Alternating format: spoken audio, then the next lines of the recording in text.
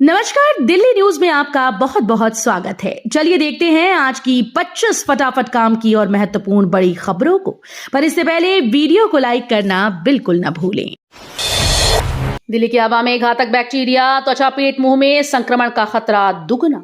दिल्ली में हवा एक नए प्रकार के अदृश्य दुश्मन को साथ लेकर आ रही है। नए अध्ययन से पता चला कि घनी आबादी वाले इलाकों में वातमान में बैक्टीरिया की मात्रा दुगनी हो गई है, जो PM 2.5 कणों के साथ हवा में तैरती है।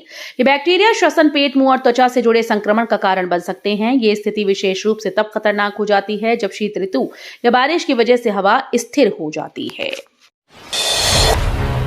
सरकार ने 24 रुपए किलो पर प्याज बेचना शुरू किया, आम जनता को बड़ी राहत। त्योहारों से पहले प्याज की बढ़ती कीमतों पर लगाम लगाने के लिए सरकार ने बड़ा कदम उठाया। दिल्ली समेत कई शहरों में मोबाइल वैन और स्टॉल के जरिए प्याज की बिक्री शुरू की गई। सरकार ने सब्सिडी दर 24 रुपए प्रति किलो तय की ताकि आम जनता को सीधी राहत मिल सके। खुदरा बाजार में प्याज की उपलब्धता बढ़ने से उम्मीद है कि कीमतों पर नियंत्रण रहेगा और महंगाई का बोझा कम होगा। उपभोक्ताओं का कहना है कि ये पहल सही समय पर हुई है, क्योंकि त्योहारों के मौसम में प्याज की मांग सबसे ज्यादा बढ़ जाती है। दिल्ली में यमुना का जलस्तर बढ़ा, सिग्नेचर ब्रिज से राजघाट तक ट्रैफिक बंद। दिल्ली में यमुना का जलस्तर खतरे के निशान को पार कर गया, जिससे राजधानी में बाढ़ जैसे हालात बन गए। हालात बिगड़ने पर प्रशासन ने सिग्नेचर ब्रिज से राजघाट तक ट्रैफिक पूरी तरह से बंद कर दिया है। निगम बोध घाट पर दाह संस्कार रोक दिए गए और पुराना लोहे का पुल भी बंद कर दिया गया। जलभराव की वजह से कई ट्रेन रद्द कर दी गई, जिससे यात्रियों को भारी परेशानी का सामना करना पड़ रहा है। GST 2.0, मोदी सरकार का दिवाली गिफ्ट। दिल्ली CM ने सरकार की सराहना की। दिवाली से पहले GST में वीवर्स सुधार। दिल्ली की मुख्यमंत्री रेखा गुप्ता ने यह बदलाव प्रधानमंत्री मोदी और वित्त मंत्री निर्मला सीतारमण का बड़ा दिवाली तोहफा करार दिया। उन्होंने कहा कि 5% और 18% के 2 स्लैब सिस्टम, आवश्यक वस्तुओं पर शून्य कर, स्वास्थ्य और जीवन बीमा, शिक्षा संबंधी सामग्री पर छूट और नवीकरणीय ऊर्जा को मिलने वाले लाभ आम जनता, व्यापार और शिक्षा क्षेत्र के लिए राहतदायक कदम हैं। टीचर्स डे पर CM रेखा गुप्ता ने शिक्षकों से संस्कृति और पर्यावरण जोड़ने का किया आग्रह। दिल्ली के मुख्यमंत्री रेखा गुप्ता ने शिक्षकों को संबोधित करते हुए खास संदेश दिया। उन्होंने कहा कि शिक्षक सिर्फ पढ़ाई ही ना कराएं, बल्कि बच्चों को हमारी संस्कृति, स्वदेशी विचारधारा और पर्यावरण संरक्षण से भी जोड़ें। उन्होंने अपील की है कि छात्र छात्राओं को समझाया जाए कि स्वदेशी अपनाने और प्रकृति की रक्षा करने से देश मजबूत होता है। CM ने यमुना नदी का जिक्र करते हुए सामूहिक जिम्मेदारी की बात कही और कहा कि सभी को मिलकर प्रकृति के संतुलन के लिए प्रयास करना होगा। जल शक्ति मंत्रालय का अलर्ट, यमुना का जलस्तर आज तक घटने की जताई संभावना। दिल्ली में बाढ़ जैसे हालात के बीच राहत की खबर सामने आई है। जल शक्ति मंत्रालय ने सूचना जारी करते हुए कहा कि यमुना का जलस्तर आज तक कम होने के आसार हैं। लगातार बारिश और हरियाणा से छोड़े गए पानी के कारण नदी का स्तर खतरनाक निशान से ऊपर चला गया था, जिससे दिल्ली के कई इलाकों में जलभराव और बाढ़ का खतरा बढ़ गया। दिल्ली बाढ़ पर आपका हमला, सौरभ भारद्वाज बोले, अब तक क्यों नहीं दिखे LG। दिल्ली में यमुना का जलस्तर खतरनाक स्तर 207 मीटर पार कर गया है और हालात लगातार बिगड़ते जा रहे हैं। राजधानी के कई इलाकों में पानी भरने से सड़कों से लेकर घर तक जलमग्न हो चुके हैं। इस बीच आम आदमी पार्टी ने दिल्ली की LG पर निशाना साधा। आप नेता सौरभ भारद्वाज ने X पर पानी से डूबी सड़कों का वीडियो साझा करते हुए सवाल उठाया कि आखिर अब तक बाढ़ में LG क्यों नहीं नजर आए। भारद्वाज ने तंज कसते हुए कहा कि अब LG क्या कहेंगे। PM दौरे से पहले मणिपुर में NH2 खुला, कुकी-जो परिषद ने दिखाई सद्भावना। मणिपुर से बड़ी खबर सामने आई है। प्रधानमंत्री नरेंद्र मोदी के राज्य दौरे से पहले शांति और सद्भाव के संकेत मिले। कुकी-जो परिषद ने राष्ट्रीय राजमार्ग 2 को यात्रियों और आवश्यक वस्तुओं की निर्बाध आवाजाही के लिए खोलने का ऐलान किया है। ये समझौता नई दिल्ली में गृह मंत्रालय के अधिकारियों और KZC प्रतिनिधिमंडल के बीच हुई कई बैठकों की बात हुआ। नेहरू का पहला बंगला 1100 करोड़ में बिका, लुटियंस जोन की सबसे महंगी प्रॉपर्टी डील। दिल्ली के दिल में बसा ऐतिहासिक लुटियंस बंगला जोन एक बार फिर से सुर्खियों में है। भारत के पहले प्रधानमंत्री पंडित जवाहरलाल नेहरू का पहला आधिकारिक निवास 17 मोतीलाल नेहरू मार्ग अब 1100 करोड़ रुपए की रिकॉर्ड कीमत में बिक गया। करीब 4 एकड़ में फैली ये शानदार कोठी भारत की अब तक की सबसे महंगी रिहायशी प्रॉपर्टी डील बन गई। स्वतंत्रता संग्राम और नेहरू युग की गवाह इस हवेली की कहानी बेहद रोचक है। आज ये सौदा सिर्फ एक रियल एस्टेट लेन देन नहीं, बल्कि भारत की ऐतिहासिक धरोहर और आधुनिक आर्थिक शक्ति का प्रतीक बन गया है। दिल्ली पुलिस ने मोबाइल टावर उपकरण चोरी कर विदेश भेजने वाले गिरोह का भंडाफोड़ किया। दिल्ली पुलिस की स्पेशल टीम ने मोबाइल टावर के महंगे उपकरण चोरी कर उन्हें विदेश तस्करी करने वाले एक अंतर्राज्यीय गिरोह का भंडाफोड़ किया। पुलिस ने कार्रवाई करते हुए गिरोह के 3 सदस्यों को गिरफ्तार किया। उनके कब्जे से 30 रिमोट रेडियो यूनिट बरामद की गई, जिनकी कीमत लाखों रुपए की बताई जा रही है। जांच में सामने आया कि आरोपी चोरी किए गए उपकरणों को विदेशों में सप्लाई करते थे। बुराड़ी अथॉरिटी में पानी भरने से फिटनेस जांच बंद, ऑटो ड्राइवर्स ने उठाई नई मांग। दिल्ली के बुराड़ी अथॉरिटी परिसर में पानी भर जाने से वाहनों की फिटनेस जांच का काम पूरी तरह से ठप्प हो गया। हालात ये हैं कि ऑटो टैक्सी ड्राइवर्स को घंटों लाइन में खड़ा रहने के बावजूद कोई समाधान नहीं मिल पा रहा है। इस बीच ड्राइवर्स ने नई मांग उठाई कि सरकार वैकल्पिक जगह पर फिटनेस जांच की व्यवस्था करे या फिर प्रक्रिया को ऑनलाइन और आसान बनाया जाए। NIRF इंडिया रैंकिंग में दिल्ली की धाक, DU-JNU का दबदबा।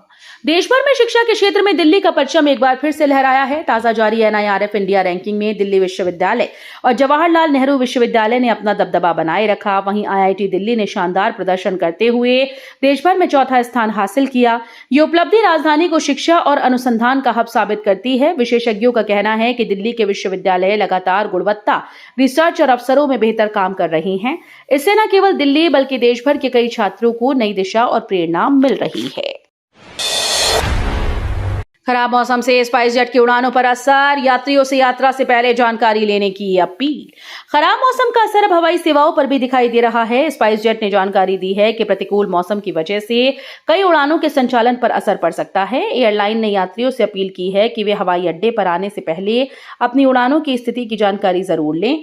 कंपनी का कहना है कि सुरक्षा को प्राथमिकता देते हुए समय सारणी में बदलाव संभव है। यात्रियों को ईमेल, SMS और आधिकारिक वेबसाइट पर अपडेट मिलते रहेंगे। देश के इतिहास में पहली बार किसानों पर टैक्स, खड़गे ने GST सुधारों पर साधा निशाना।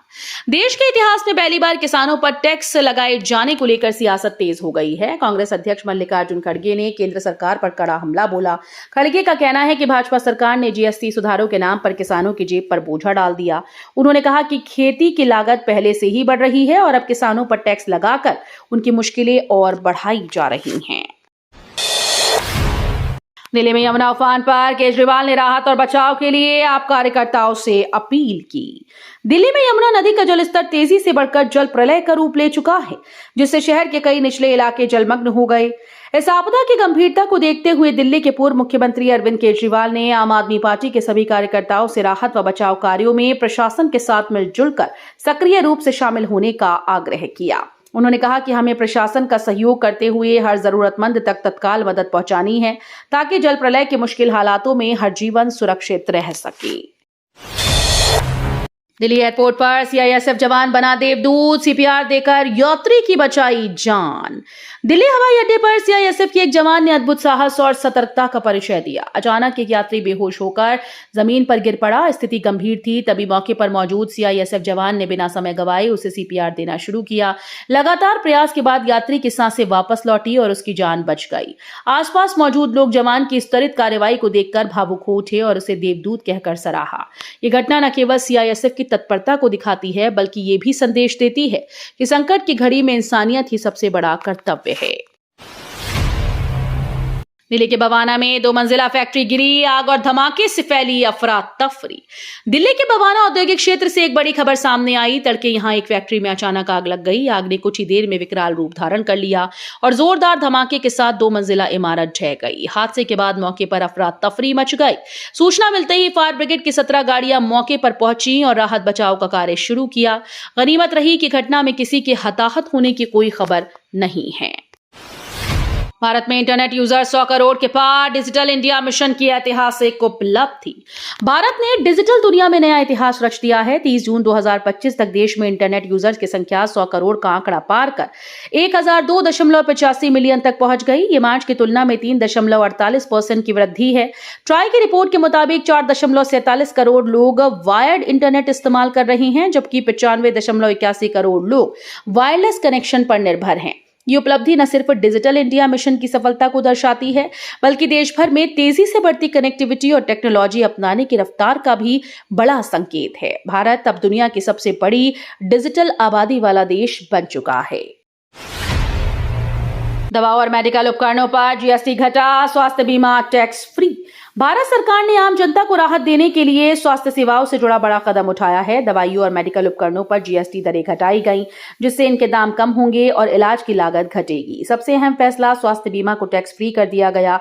अब ज्यादा लोग आसानी से बीमा कवरेज ले पाएंगे। पोषण और फिटनेस उत्पादों पर भी टैक्स में कमी की गई। फर्जी आर्मी अफसर बनकर मेडिकल कारोबारी युवती से 70,000 की ठगी, आरोपी गिरफ्तार। दिल्ली से ठगी का चौंकाने वाला मामला सामने आया। एक युवक ने खुद को सेना का पैरा कमांडो लेफ्टिनेंट बताकर एक मेडिकल कारोबारी युवती से शादी का वादा किया और 70,000 ठग लिए। पुलिस जांच में खुलासा हुआ कि आरोपी का सेना से कोई संबंध नहीं है। उसने न केवल युवती को अपने ही बल्कि माता पिता को भी झूठ बोला था। आरोपी के पास से पुलिस ने आर्मी की फर्जी वर्दी और नकली पहचान पत्र बरामद किए। सोनिया गांधी पर सवाल, 1983 में नागरिकता, फिर 1980 में मतदाता सूची में नाम कैसे?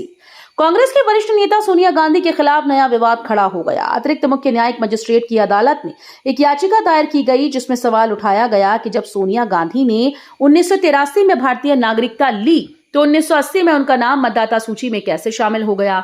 याचिका में अदालत से मांग की गई है कि पुलिस को इस इस्तेमाल मामले में जांच करने के आदेश दिए जाएं। अब कोर्ट इस याचिका पर क्या रुख अपनाती है, इस पर सबकी नजरें टिकी हैं। फरीदाबाद जंगल पर कब्जा, 780 एकड़ वन भूमि पर बिना परमिशन खड़ी 6,800 इमारतें। फरीदाबाद से सुप्रीम कोर्ट तक गूंजने वाली चौंकाने वाली जानकारी सामने आई। सुप्रीम कोर्ट के द्वारा गठित केंद्रीय अधिकार प्राप्त समिति ने बताया कि वन अधिनियम 1980 का खुलेआम उल्लंघन हुआ। रिपोर्ट के अनुसार 780 एकड़ जंगल की जमीन पर करीब 6,800 अनाधिकृत इमारतें खड़ी कर दी गईं। इसमें फार्म हाउस, स्कूल और यहां तक कि सरकारी इमारतें भी शामिल हैं।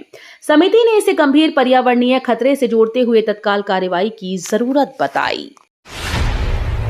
उमा भारती की नसीहत, प्रकृति से खिलवाड़ रोको वरना दिल्ली गुरुग्राम जैसे हालात में होगा पछतावा। दिल्ली यमुना की बाढ़ से जूझ रहा है और गुरुग्राम जलभराव से परेशान। ऐसे में मध्य प्रदेश की पूर्व मुख्यमंत्री और पूर्व केंद्रीय मंत्री उमा भारती ने अहम नसीहतें दी।